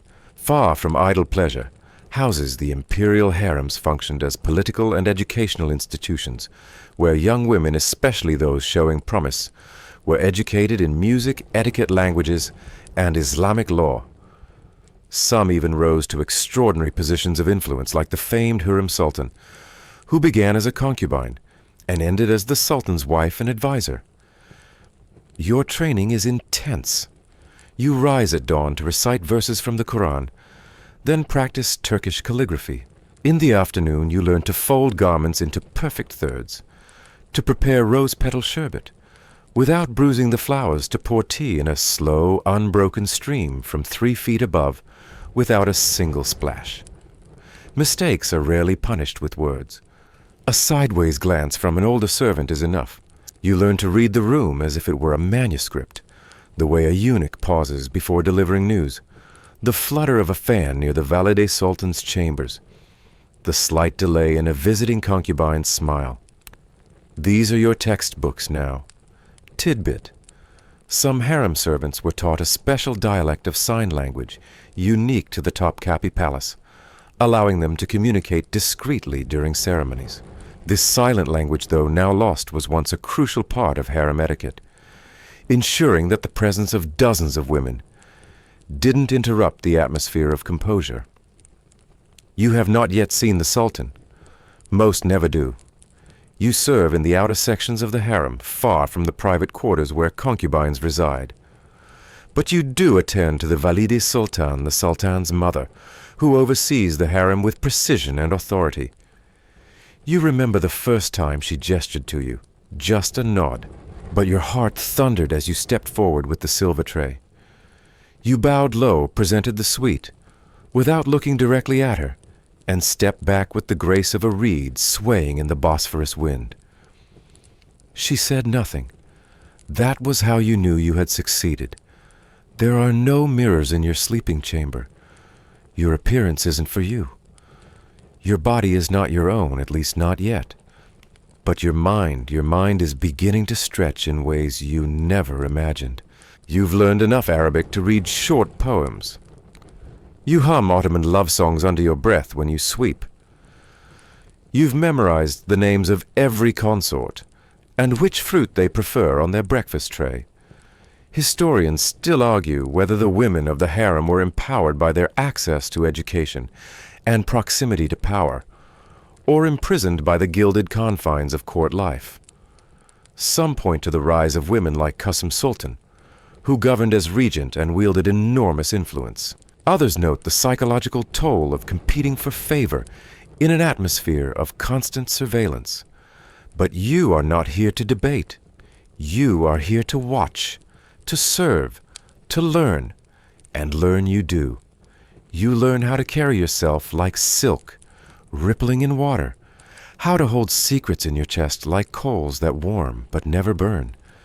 You learn that some doors creak only for those who've earned the right to hear what's behind them. One afternoon, as you polish an incense burner in the Hall of Petitions, you overhear something: a foreign ambassador has arrived. The palace shifts in response. Footsteps change rhythm. Curtains close earlier. You say nothing, but you know what's happening. And in the quiet of your chamber, lying on the cool stone floor beneath your cotton sheet, you imagine a life beyond this one. Not a fairy tale, not an escape, but a future where your silence might evolve into speech, into poetry, into a letter home if ever there were someone left to read it. You find comfort in the patterns around you, the tessellated tiles, the rustling silks, the measured cadence of evening prayer. There is beauty here, not freedom, not entirely, but beauty, and sometimes that is enough, especially when you serve with intention. When your hands are steady, your eyes gentle, your mind sharp as the blade that trims the stems of roses before they are placed in the fountain. You think again of Clara, of her hands roughened by soap and stone of her dreams, tucked between the folds of laundry. Your lives were separated by miles, languages, and empires, but you recognize something in her, the stillness before a decision, the knowledge that being a servant does not mean being small. And so you rise again at dawn, dressed in soft linen tray, balanced in hand your bare feet, whispering across marble floors, ready to serve with elegance. The scent of rose water fades, and you find yourself inhaling the damp, soapy air of a colder, grayer world. Cobblestone streets glisten with recent rain. Chimneys breathe their charcoal sighs into a sky the color of pewter. You are back in the English-speaking world, but not in Clara's time.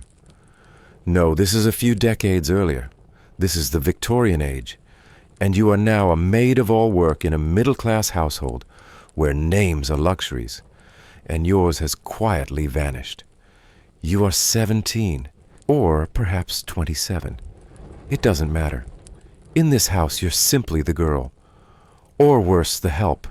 Your name isn't called because calling a servant by name implies a relationship, a recognition of humanity, and here such acknowledgement is considered unseemly.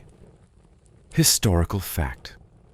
In many Victorian households, especially those of the lower middle-class servants, were often referred to by their job title alone, or even generically as girl, regardless of age. This wasn't just habit. It was part of maintaining the social hierarchy. Naming a servant gave them identity, and identity was power. You sleep in the scullery. Not a room, really more like a lean-to wedged between the coal store and the back wall of the pantry. Its cold smells faintly of wet stone and old onions, and the mattress is little more than burlap stuffed with horsehair. There's no privacy. Your shifts hang on a nail. You wash in a basin shared with the butcher's deliveries. The day begins long before dawn. You rise with your first breath of chill air pulling on your threadbare dress, pinning your apron with trembling fingers. You fetch coal, lay the fires, scrub the grates.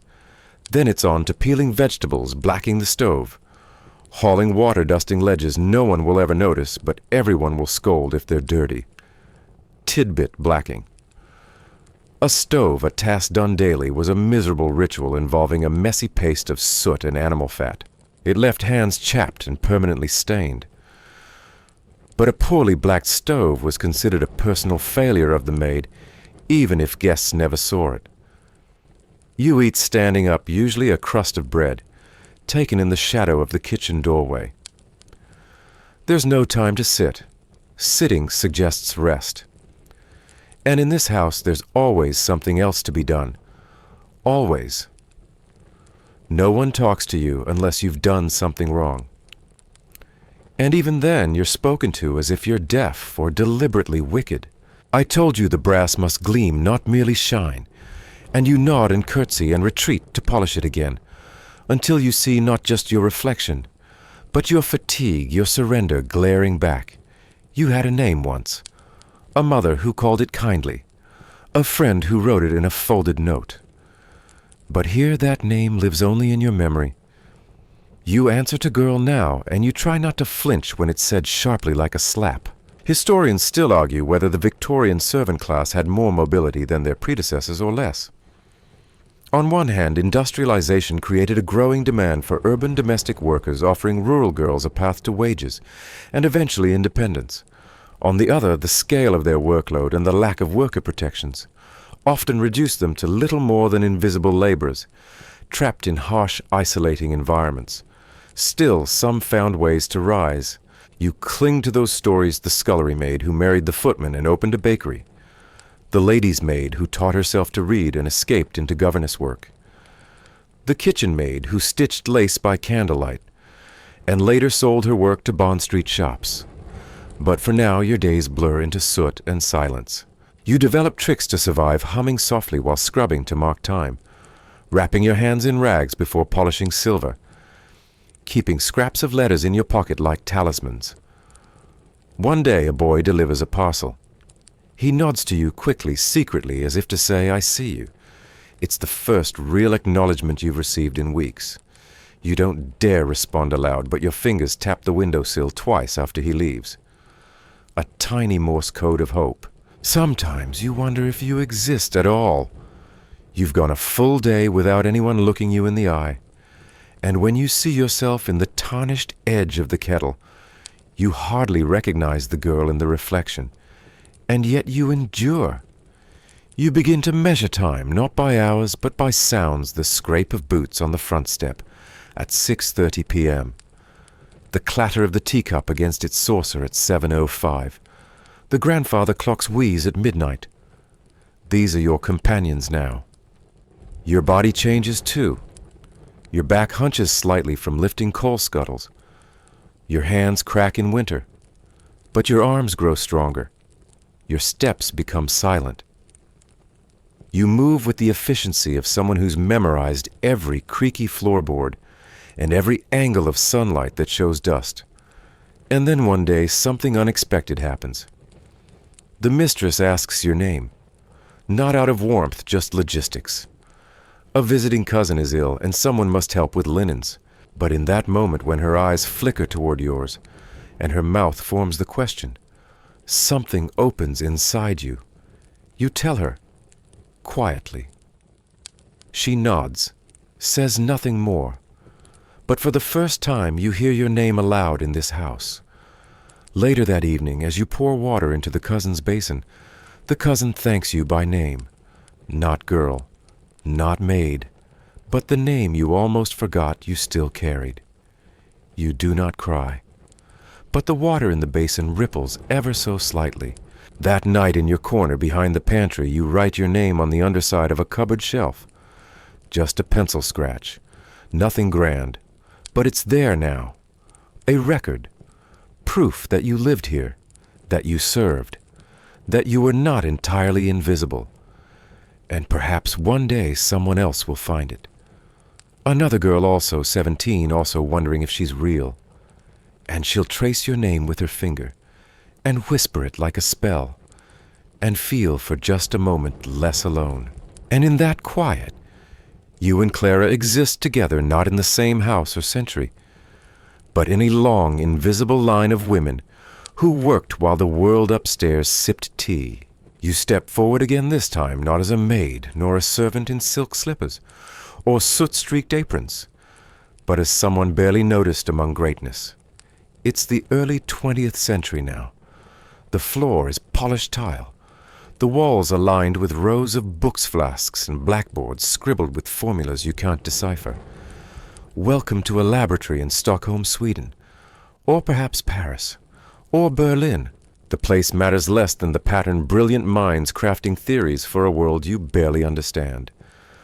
While you dust quietly beneath their feet, you are a cleaner, a housemaid, a nobody, and yet you are also a witness to history. Each morning begins the same before the city has fully stirred, before the coats are hung, and the chalk hits slate. You unlock the service door and step into the quiet echo of scientific genius. You sweep polish mop, carefully maneuvering around towers of notebooks and half-cleaned beakers. You do not speak. You've learned that much. You are the ghost in the room.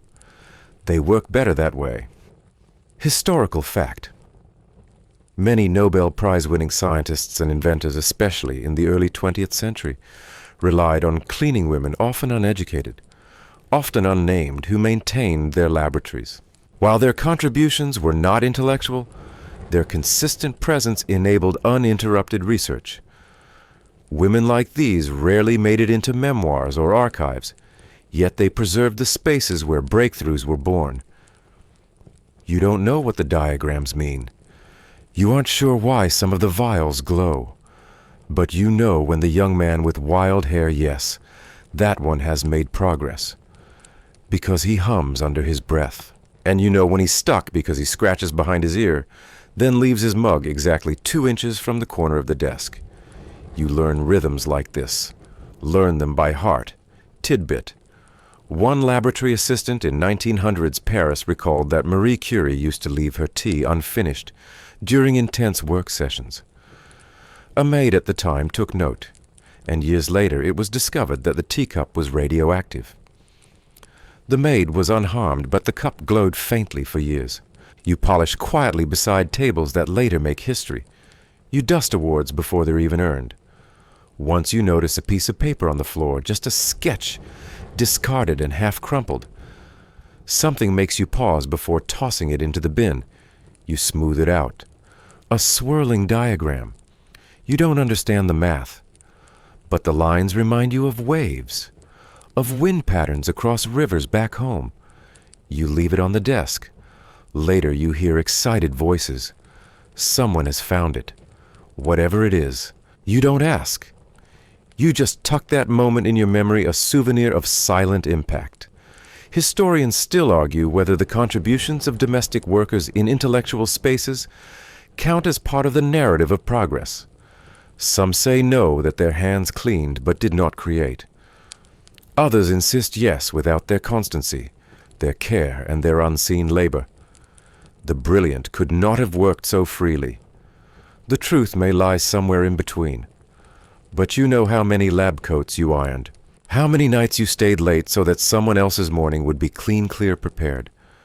There is pride in that, not the flashy kind, not the kind with speeches or ceremonies, but the quiet kind, the kind that lets you move through greatness without needing to claim it.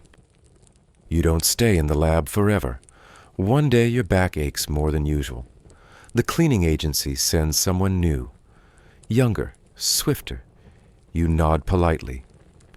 Leave your keys on the hook. Walk home with your hands in your pockets and the smell of chalk still clinging to your sleeves. You never tell anyone what you saw. Not the strange experiments, not the forgotten blueprints, not the woman who wept in the back room when her funding was cut. These memories are yours alone, not secrets exactly, just precious. You wonder sometimes what Clara would think if she walked with you here, if she saw how the tools changed, brass candlesticks swapped for light bulbs, corsets, replaced by lab coats, but the silence remained.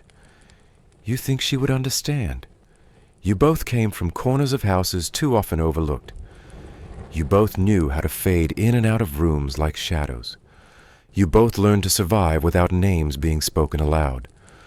But you also knew how to listen, how to bear witness, how to trace your value not in applause but in steadiness. The Nobel medals are given upstairs in grand halls with velvet seats. You do not attend, but you polish the brass railings outside the ceremony room until they shine like sunlight on water. You hear the ovation echo through the floor. And you smile, because even if no one thanks you, you know who laid the fire, who folded the notes, who set the scene. You know whose fingers arranged the space that allowed history to unfold. And somewhere in a journal, a scientist scribbles about the quiet morning that changed everything. They won't mention your name, But you were there. You always were. The dust settles now, not on laboratory benches or mahogany mantels, but on time itself. You find yourself drifting gently toward the final chapter, not just of Clara's life, but of many lives. This is where the servants, maids, footmen, kitchen girls, and laundresses stop being shadows in someone else's story. Here they become the storytellers. And so you return one last time to Clara. You picture her with a shawl over her shoulders, standing at the foot of the garden steps, no longer 17. Older, wiser, and no longer waking up in a cold attic with soot in her hair. The house behind her is quieter now. Not silent, but slower. The bells don't ring like they used to.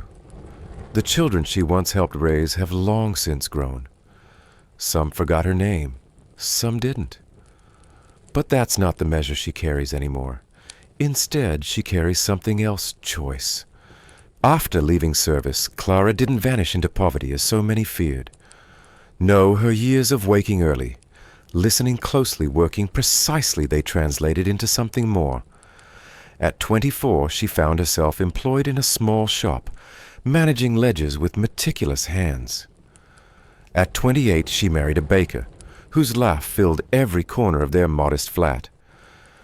At 32, she wrote a column under a pen name for a local women's weekly, short reflections on labor dignity and tea. And by 39, she helped her daughter choose education over employment. A new beginning. Historical fact.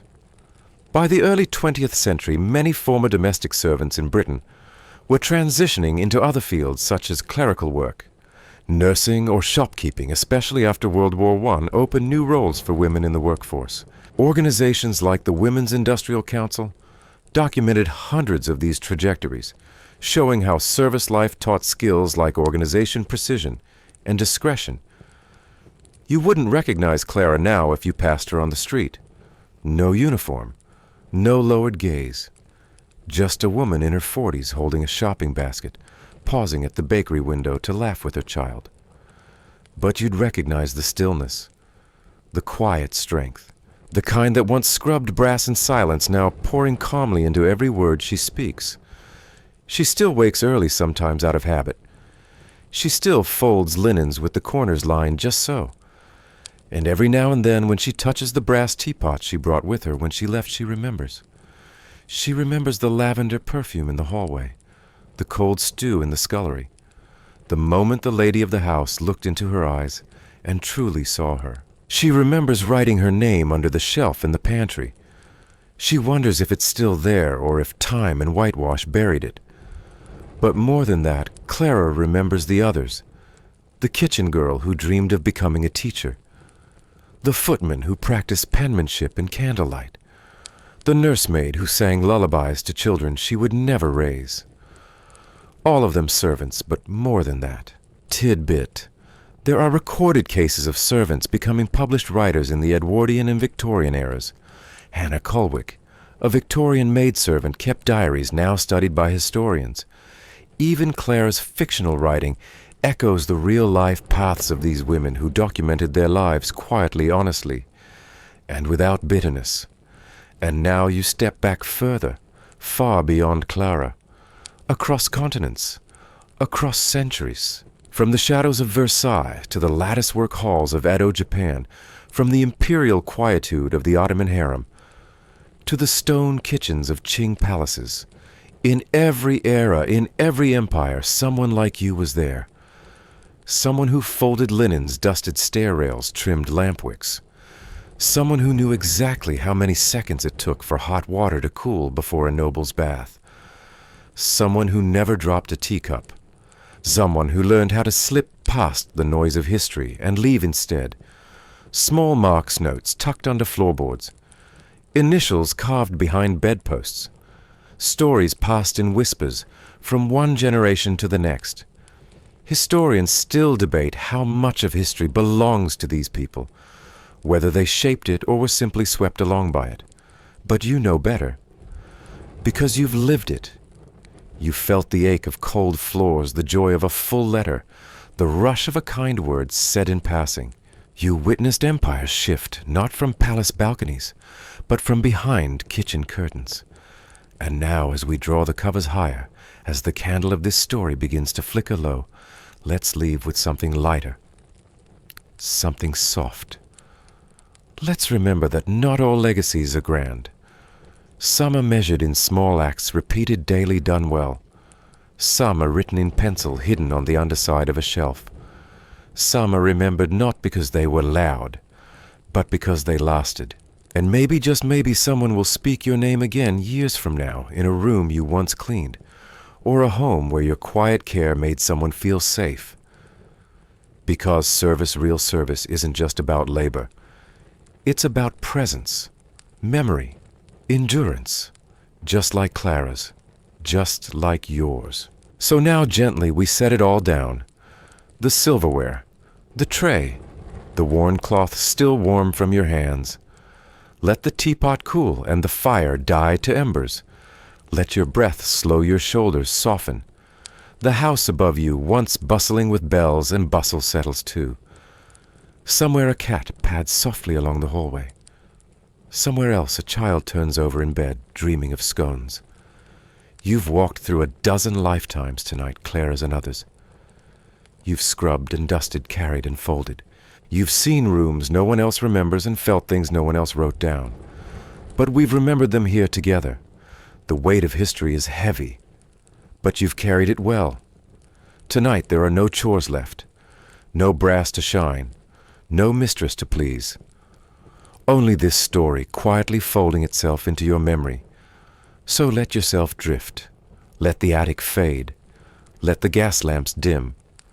Somewhere in your mind, Clara smiles faintly and steps through a garden gate, not in service, but in peace. And you sleep, because you've earned it. Sweet dreams.